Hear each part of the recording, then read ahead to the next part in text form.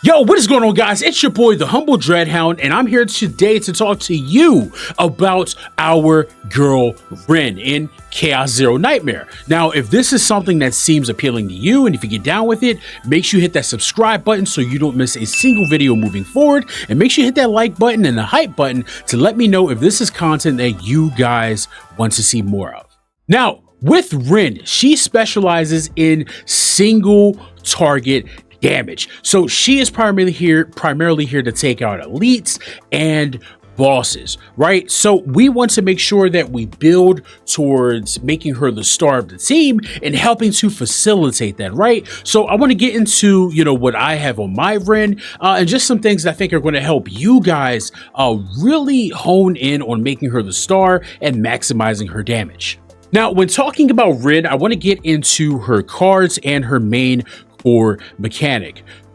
Rin really benefits from a mechanic known as the Dark Mist Blade Arc, right? You want to put her into her Dark Mist stance. So when we look at, the bottom of her cards here, she's really going to get things like plus 50% damage or, for one turn, plus 30% attack card damage, or, Dark Mist Blade Art, plus 1 damage count. So when you're going through chaos and you're getting epiphanies and things of that nature, be on the lookout for anything that's going to help make the Dark Mist stance easier to get into. Okay, it's really hard to show specifically what you're going to be looking for, because it really is such a personal thing when you're going through chaos and you're putting these decks together. But it's just something I want you guys to be mindful of, cognizant of when you're looking at her and you're going through chaos and you're building out your deck. Look for anything that's building into Dark Mist Blade Art or Dark Mist stance. Now, for our girl Rin, for her partner, I am running Lillian. So for me, I really like Lillian because let's look at her effect here. The assigned combatant's attack cards with a cost of 1 or less deal plus 13% damage. When the assigned combatant uses a skill card, plus 13% attack card damage for 1 turn, and it can stack up to 3 times. Now, another thing here, when you look at the Eagle skill, deal 100% damage to all enemies, draw 1 attack card from the assigned combatant with a cost of 1 or less equal to 1, right? So this is really cool because when we look at our girl Rin and we look at her cards, they're all, with the exception of like 1 here, right? They're all 0 or 1 costs. So the synergy is beautiful. It just synergizes so well. The Eagle skill, the passive, it all just makes it so Rin is eating well, and she's constantly getting these boosts and moving you forward and scaling and just ramping up against your enemies. Now, with this being a team-based game, I want to get into just some combatants here, or some units that I think are going to benefit Rin very well. Now, with Rin, you're going to want to stay away from pairing her with anyone else that may be greedy on the team. Like Haru is a very greedy DPS, so I don't really recommend pairing those two together. But you can do like a beautiful pairing here of like Cassius. Cassius is phenomenal because when we look at his cards here, there's just a lot of draw opportunities here. But my favorite one is Joker.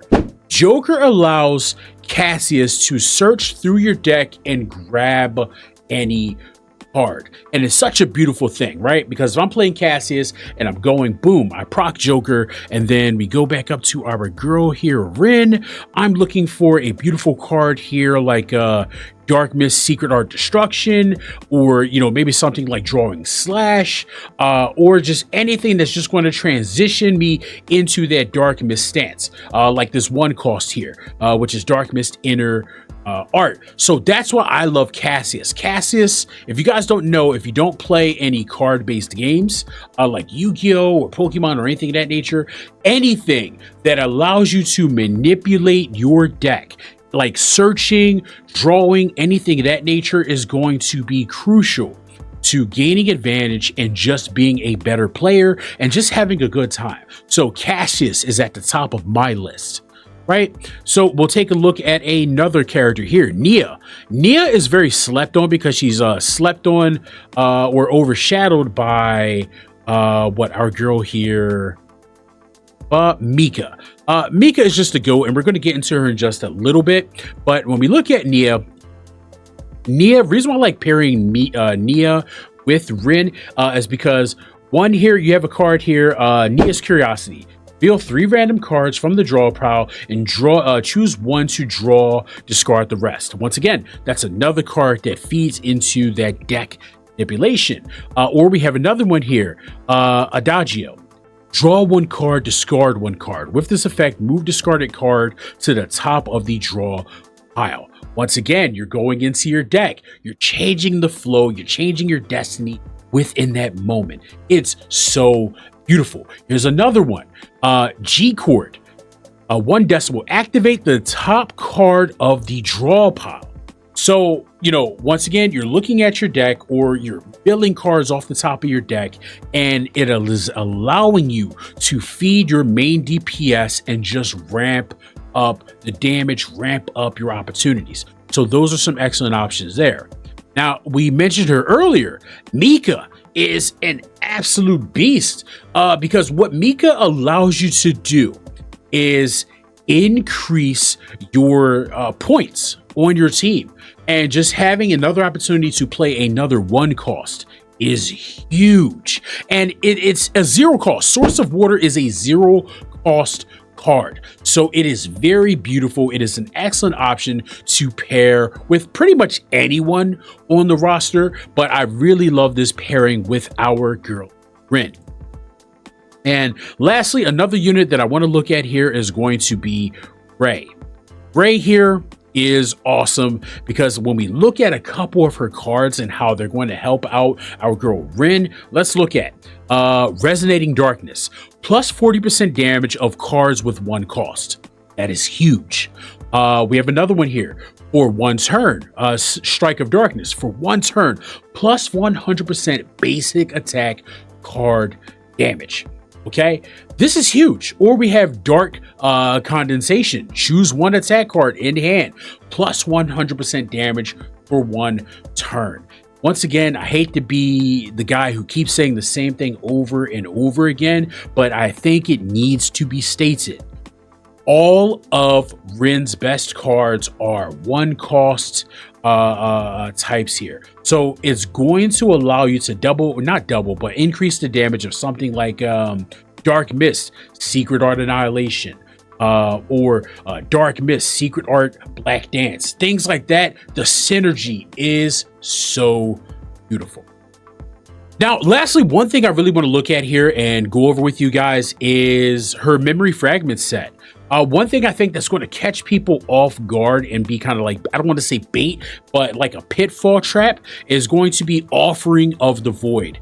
It's a 4-piece set, and on paper, it looks great when you first, take a look at it, because when a card is exhausted for 1 turn, plus 50% void card damage, right? It seems like it makes sense because Rin is a void damage dealer, but this really is a trap here. It's something you want to be mindful of. Rin does not really exhaust cards. It's just not something that's just actively a part of her kit. So if you want more consistency for what you're trying to do, you're going to look at something that is going to just be ready, be available, and not leaving things up to chance. Like a Seth Scarab, right? It's a 2-piece set. It's going to increase the damage of your cards, like your shield cards, your healing, your basics, things of that nature. But we're really looking at the basics and increasing the damage, right? That's an excellent choice. So you're going to do like a 2-piece set of that with a 2-piece Healer's Journey, which is going to increase her survivability because Rin, unfortunately, is squishy, right? So we want to do things like increasing your max HP there. And then like another good option. Where is it? No, not this. Here we go, another 2-piece set, which is Executioner's Tool, which is going to give you plus 25% critical damage. So I want you guys to look at these 2-piece sets and really put together 3 sets that are going to help your Rin shine consistently. So you're not really worrying about things like RNG and falling for the fallacy that is that 4-piece set. So, I mean, honestly, there you have it. I'm not really getting into anything like Manifest Ego, because if you're getting Ego, I did end up getting her E1 here, or her M1, however the community wants to go over it, which is a plus 20% damage of Dark Mist Secret Art, Black Dance. It's awesome, right? But this is something you're going to get over time because she is a standard character. If anyone has this maxed out, they are a Giga Whale. So please don't try to replicate that. It's not something that's going to happen consistently, once again, because she is a standard character. But guys, that's really it. That's my take. That's how I think you should put together Rin.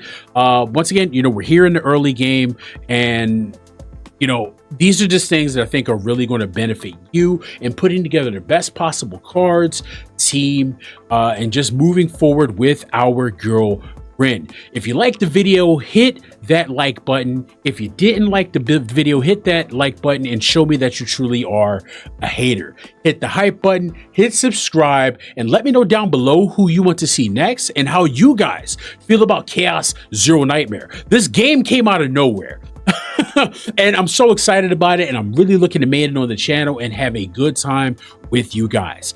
Catch me live. I'm live here on YouTube. I'm live on TikTok, Twitch, all that good jazz, whatever suits your fancy. But let's have a good time. Make sure you guys stay fierce. Make sure you guys keep gaming, and ultimately welcome to the House of Hounds. I'm out.